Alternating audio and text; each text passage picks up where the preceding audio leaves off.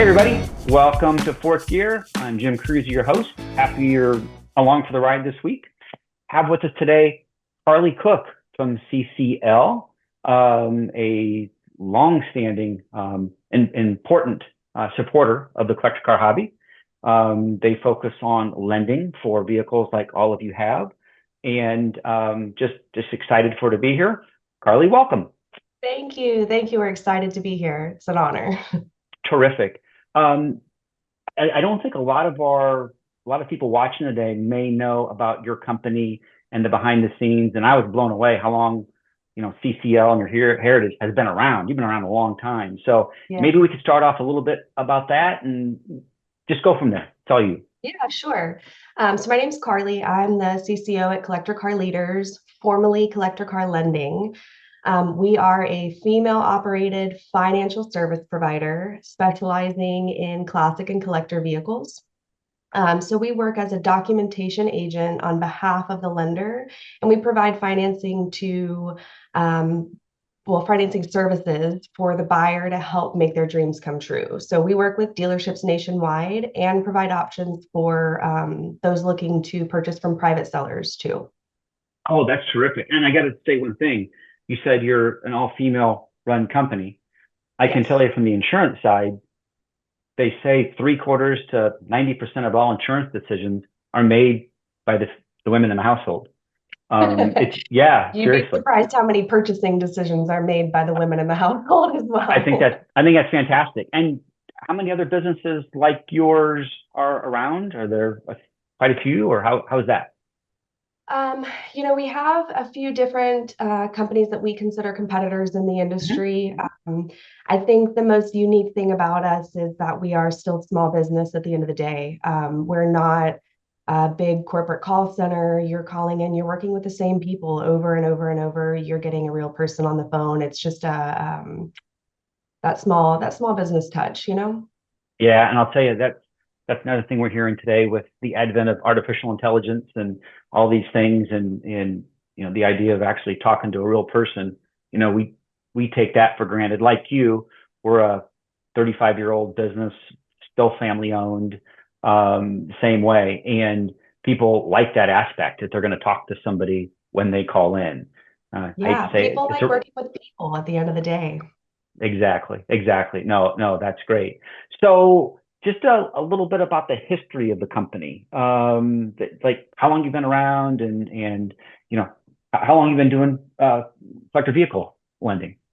Yeah, yeah. So this is really one of my favorite stories. The owner of the company, Andrew Ackerman, started Trailer Solutions FL, other TSF, as a company in 2001, which is the parent company to CCL. So they are both still operating now.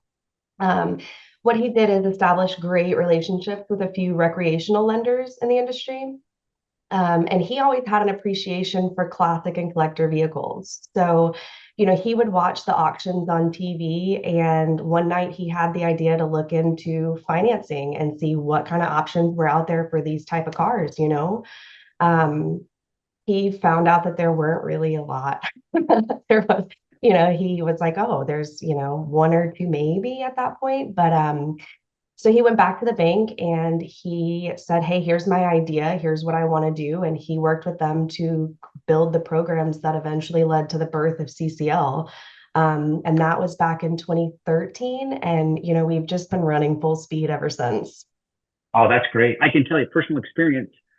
The first collector car I bought was a 1913 Renault in 1994, and I actually had to go to the credit union and they loaned me the $3,500 to buy it. That's what it cost.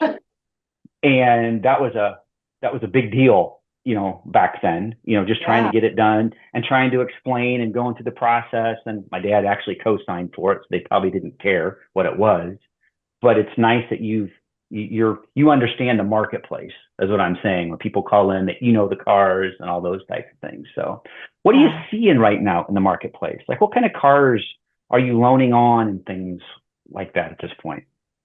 Um, it's always pretty consistent. Honestly, I've been Okay. doing this for, almost 13 years now.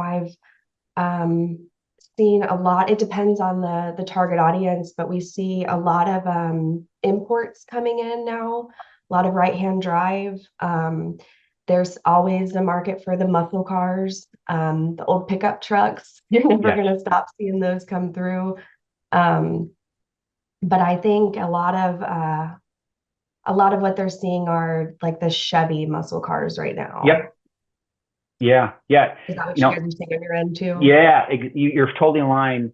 You know, the typical collector vehicle client, no matter what you're seeing at Pebble Beach this last week, where people are spending $9 million for a Bugatti and things like that.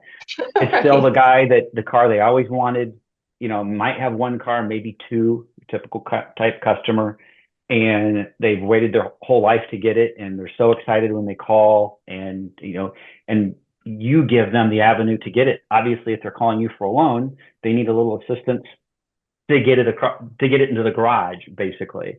So they're probably excited to find you at that point to help them with that journey of getting that car to home, I would imagine.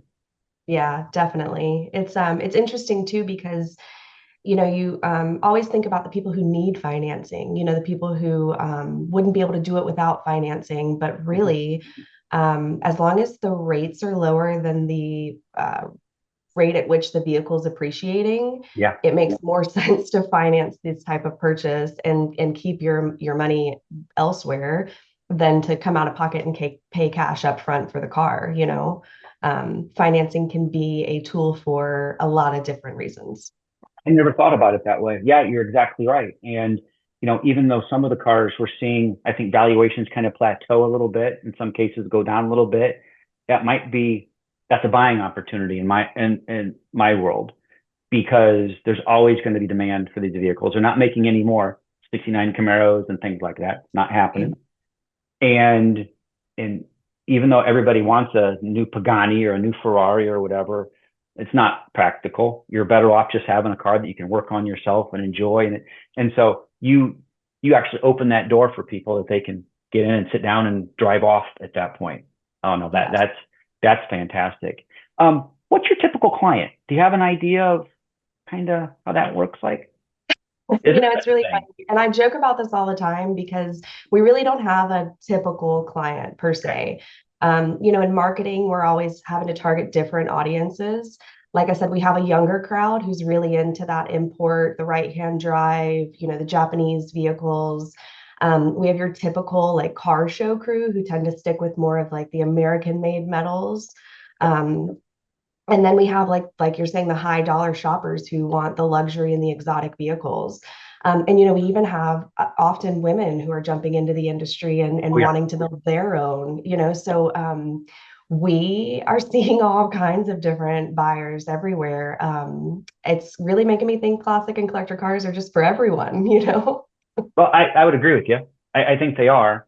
And, you know, um, I'm a second generation car guy who just happened to land in insurance 35 plus years ago. And every generation keeps wondering, oh, is this the end?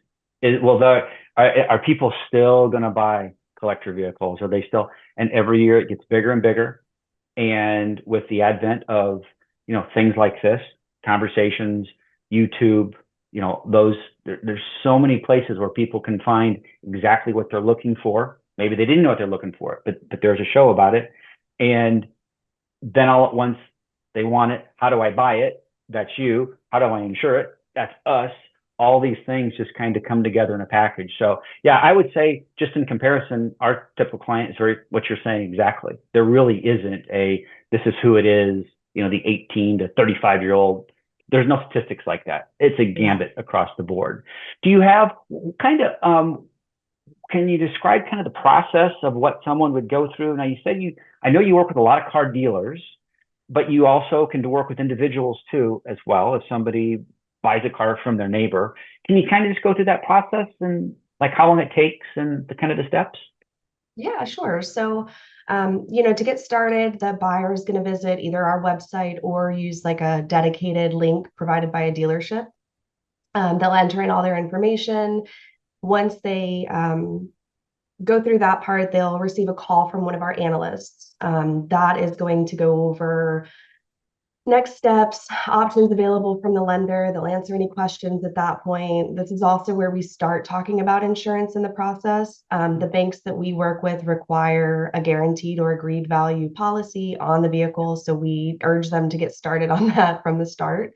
Yeah.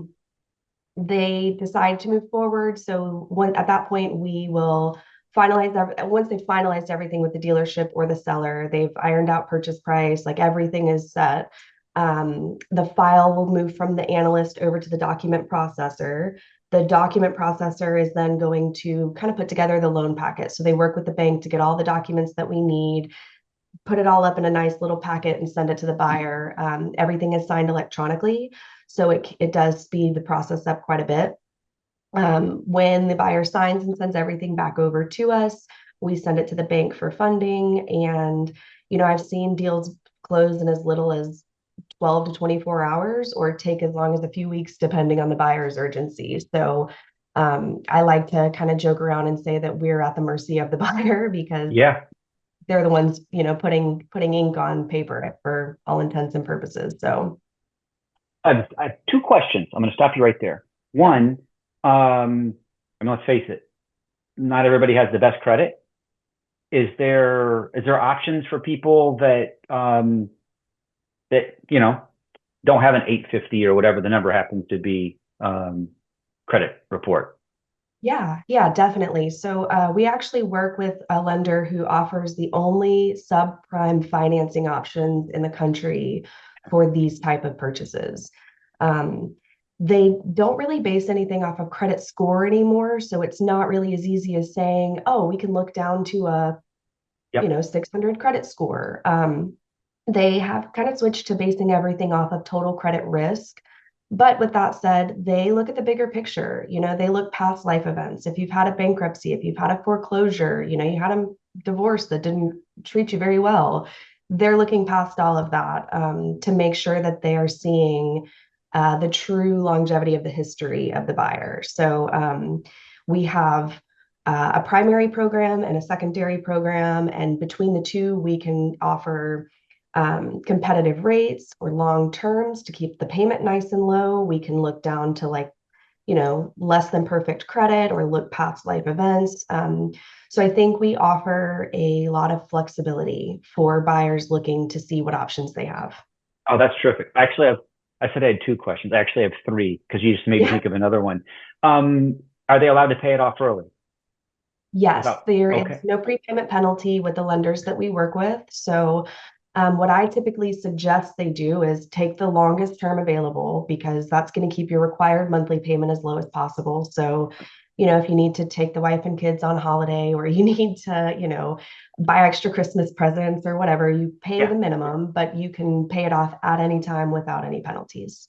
Oh, that's fantastic. And the other thing, as you're talking about, you know, the money and things like that, I have heard that fraud has kind of got into the online marketplace. I mean, we've seen it on the insurance side with, some things.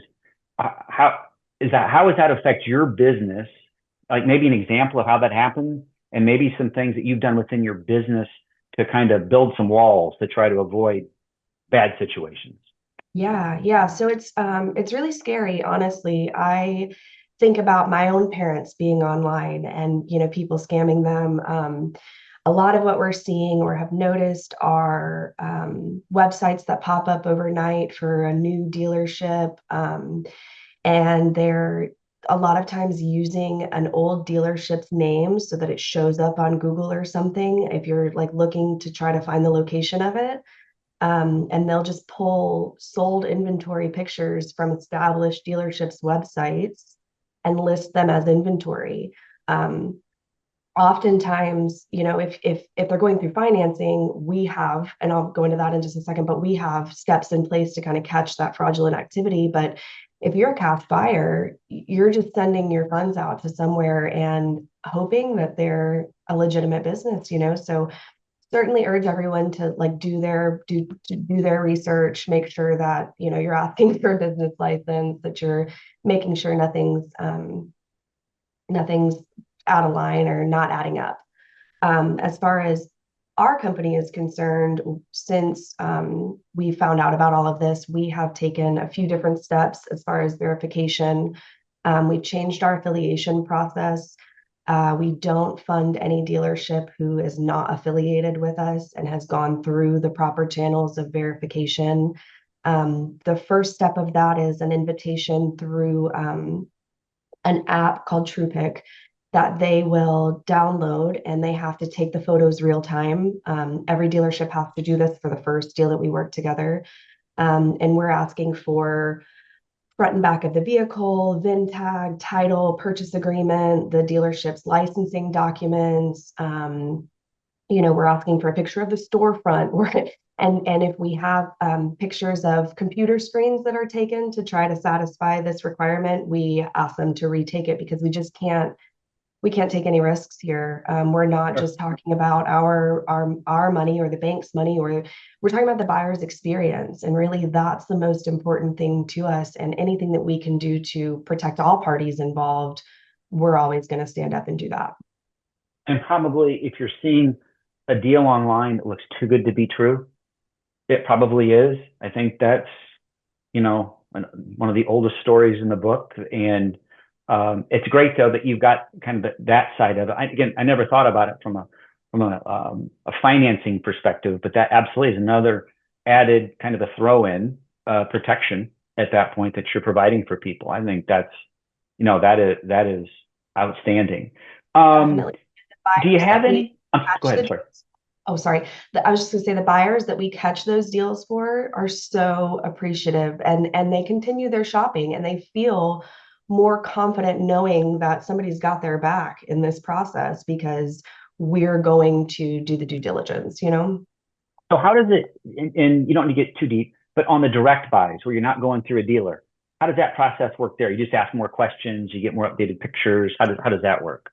Yeah, the photo and video process is a little more in depth.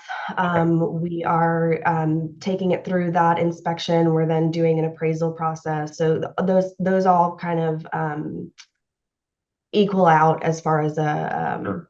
an individual sale process. Okay. Terrific. Um, Another question that we've been asked before: can someone borrow against a car that they own? So they're not buying a car, but they just want to borrow against a car they have for cash. Can they do that?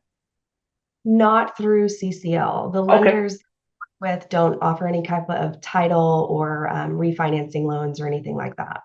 No, that's fine. That's what credit unions are for and things like that. I totally Okay. get it. I'm just trying to think of some questions that we've been asked. Another one is, can someone get pre-approved for a loan before they go to an auction? Like there's a car they want. Here's my letter. Yes and no. So what we do, the lenders that we work will issue an approval. That approval is based on the year, make, model, trim level. We have to send comparable, book out the vehicle. It's based on a certain dollar amount. So what we typically advise the buyer to do if they're looking to go shopping is submit it at the year, make, model you think you want, at the highest price point you're willing to pay, because then you're approved up to that amount. It's always easier to say, hey, we're going to go with less than to say, hey, we need more. So what we do is get the approval secured, which is good for 60 days with the lenders, and then go shop. If the year, make, and model changes, all we have to do is reach out to the lender and say, hey, they're actually wanting to go with this one. Here's, different comparables. But that process is really simple. And at that point, the approval is secured. So they have the confidence to put in an offer, and kind of, leave a deposit or what have you. So it's a little bit like a pre-approval for a house. When you go house shopping, you get a 90-day letter or whatever it is. Okay. That's good to know. That would make it, I think, much more fun going to an auction, knowing you've got a little cash in your pocket at that point to spend. So that's for sure.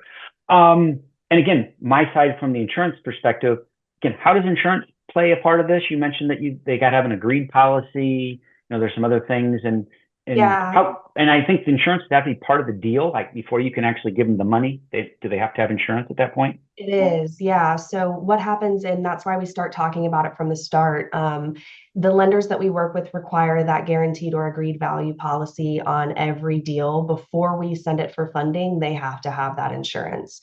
So, I never even knew when I first started working here that you could finance classic cars, let alone that there's a specialty insurance just for classic cars. So it's become a bit of a learning process for us as well. But we try to make sure that we're educating everybody, that we're starting that conversation as early on as possible so that it can be taken care of as quickly as possible. Because once you make the decision to buy this car, we all know you want it in your driveway immediately. That's right. No, that's exactly right. Yeah. And from an insurance perspective, it sounds pretty similar from your standpoint as far as like underwriting times. It can be very quick or it can be slow. Where you're at the hands of the client at that point, and typically it's based on how bad they want the car. If they want the Yeah, car, they get it back to you right away. If it's kind of, then it's the way it goes. So, right. what? Any other thoughts? Am I missing anything about your company that you'd want to throw in here, or I don't think so. Not that I can think of. I'll just say again that we really love what we do.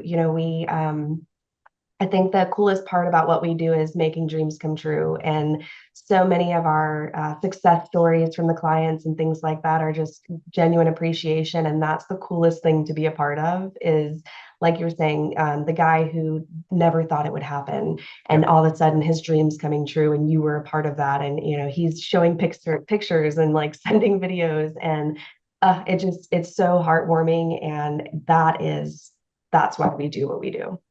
Oh, that's fantastic. Again, our stories are very similar. Most people don't want to talk about insurance unless it's about their collector car, and then they want to talk about it for hours. It's just one of those things. Yeah, It's nice having excited clients. There's absolutely no doubt about it. definitely. Hey, I really appreciate your time and thank you for sharing the CCL story and your story. I'm sure that the readers of our email and every place this goes out will appreciate the information you provided. I've learned a lot today, and hopefully, and I just wish you great success, absolutely going forward, and appreciate your time. Yeah, likewise. We're happy to partner and to work with you guys and can't wait to hear from all of the followers. I'm sure your phones will be ringing off the hook. So, Yeah. okay, thank you. Thank you.